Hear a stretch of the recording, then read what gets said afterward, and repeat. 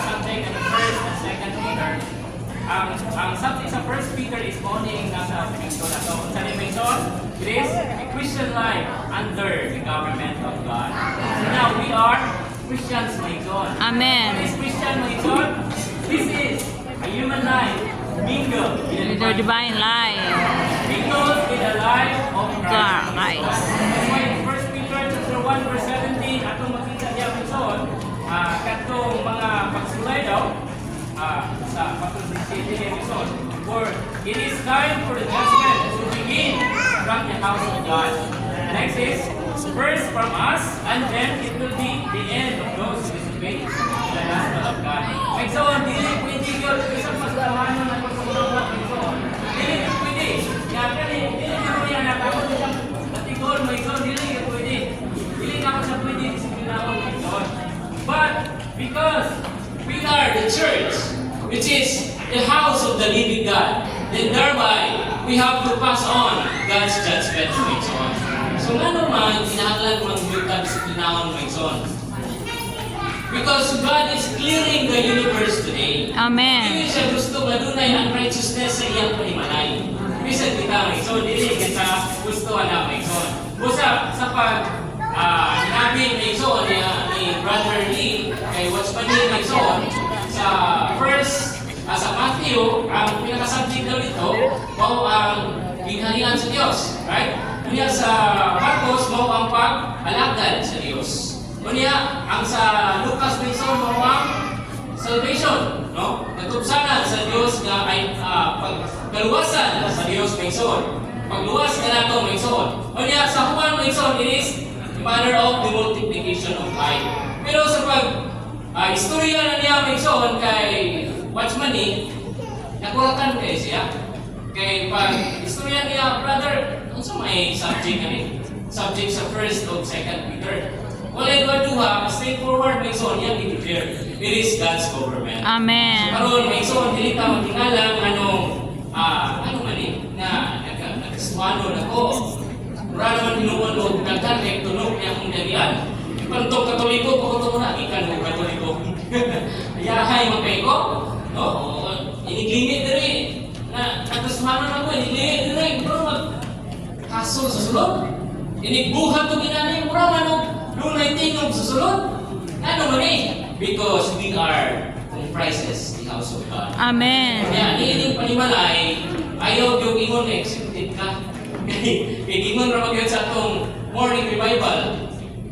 Even in respect of the person, isan pag ikaw si President Trump, you are under God's Government judgment. why? Because you are in the house of God. Kanya, mag-mention sa first Roman numeral ani, doon na di ay kaning nindot kayo nga ipakita aning First Peter. Unsa man ni mention? This is a Christian life that is under the government of God. Masabot mo mention sa atong kanunayon pag kinabuhi, hangtod doon na ko'y duga. Duga mention sa kalibutanon, duga sa kining old man. Hangtod yun. Hangtod yun. Ngayon ipuga sa Ginoo doon na ko'y duga kanato mention. Dili undang ang iyang judgment. Pero mention sa 2 Peter, we have that provision mention, right?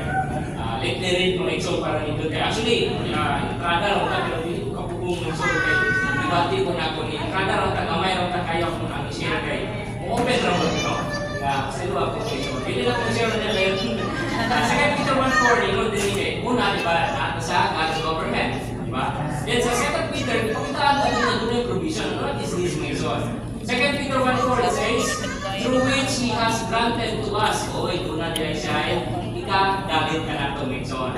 Granted to us, precious, mahanggun kayo, and exceedingly great. Dako kayo, Mixon, nung sa promises. Hindi na tayo promise ng Mixon. Promises. That through this you might become partakers Of the divine nature. Kung ikaw kanon, kung sa may mahana sa imo, carbohydrates. Kung yan ikaw ka Diyos, kung sa may mahana mo, Divine. Diyos, kung sa ayaw kadwa-duha ng igsoon, na dili ka mahimong Diyos tao. God is now making Himself known to us that He is the great provision for you to become holy in your manner of life. Promises that through this you might become partakers of the divine nature. You are partaking now of Christ? Yes. So therefore you are becoming Christ. You are Amen. becoming Christly. And Christ is the Son. So while partaking the Son, He is sanizing you. He Amen. is sanizing us. Himuon dahil kaniya o anak mo itoon. Partakers of the divine nature. Diyos nun. Amen. Malambit. Diyos nun na kinaiya. Ayan. Ang atong i-partake. Partakers of the divine nature.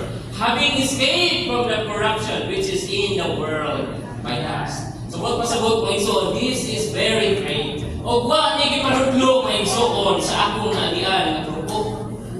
Agi nagkukuhay ng grupo pero wa gyud gitudlo. Gaday ang Dios di ay sa langit, di buhat og tao, kay ang tao buhaton niya og Dios sa kinabuhi nature. Diba? Ay kinaiya diha. So asa man namin sa kinabuhi, no? Nature.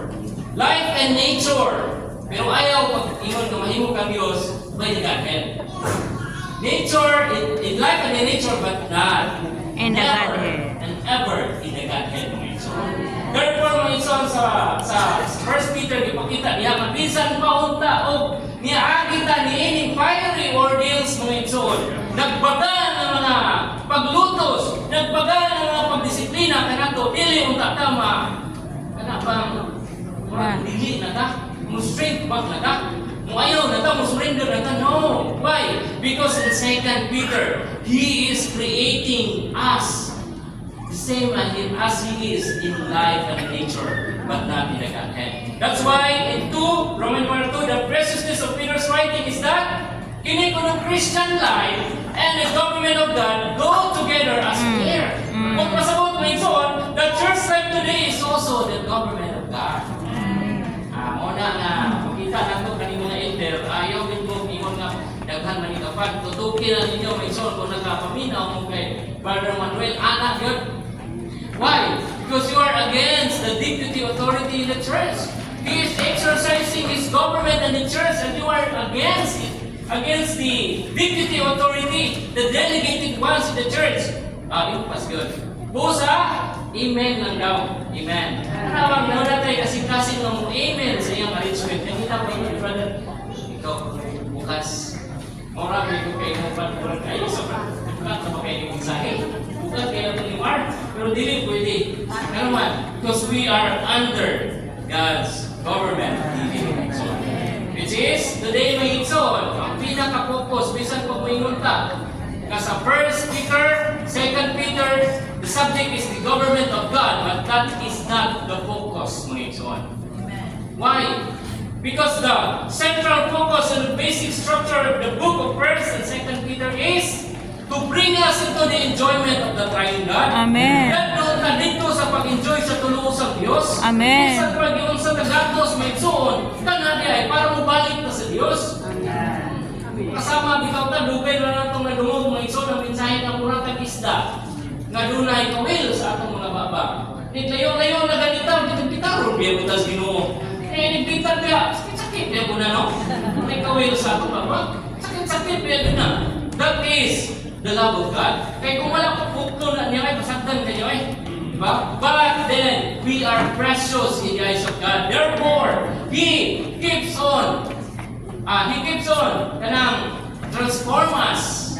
He keeps on disciplining us. Amen. But with God's love. Love. That is His God's provision. One of care. His provision po igsoon. Kanya sa triyan yung igsoon, doon na tayo pattern. It's anong pattern? The Lord Jesus. Amen. The Lord Jesus lives a life na kanil constricted, Diyos biya siya. Kanya nagpakalimitado siya mga igsoon. Kanya sa point ay ipakita din ang bisan pa nga siya anak sa Diyos mga igsoon. Dinhi sa yuta mga igsoon. But the Lord keep committing all His insults and injuries to Him who judges righteously. Bisan kani diayo siya anak sa Diyos, gi-judge mo kani siya. How much more katong bulog natong pagkatao? Thereby, dili ko ta ingon Lord. Pwede lang po siguro sa inyo kasi natin kaya po kapatid ko sa Ginoo sa Manilor nga Imbes na nagkuhan ko, Lord, mo na Ginoo eh. Reklamador ko sa Ginoo, may son. But this is my experience. I don't know about yours. Pero inana may kasuon. Hindi doon ako problema. Magsigilan ko anak. Lord, gano man eh. Kung sa man eh. Then sa unahan mo, son, doon na iyang pagdanag. Because God is light. Amen. Sa 4 mga son, mauna niya ang ato attitude. Okay, doon na may pagtumala ang Diyos may son, karato, doon na may pag-judge may son. As believers in Christ and children of God, pagkutang niya, children man tayo, children ka. We should live a Christian life under the government of God. My son, I believe, tanan ka nag-enjoy ka dali, my son. Thereby, I will come by sharing this moment. Amen.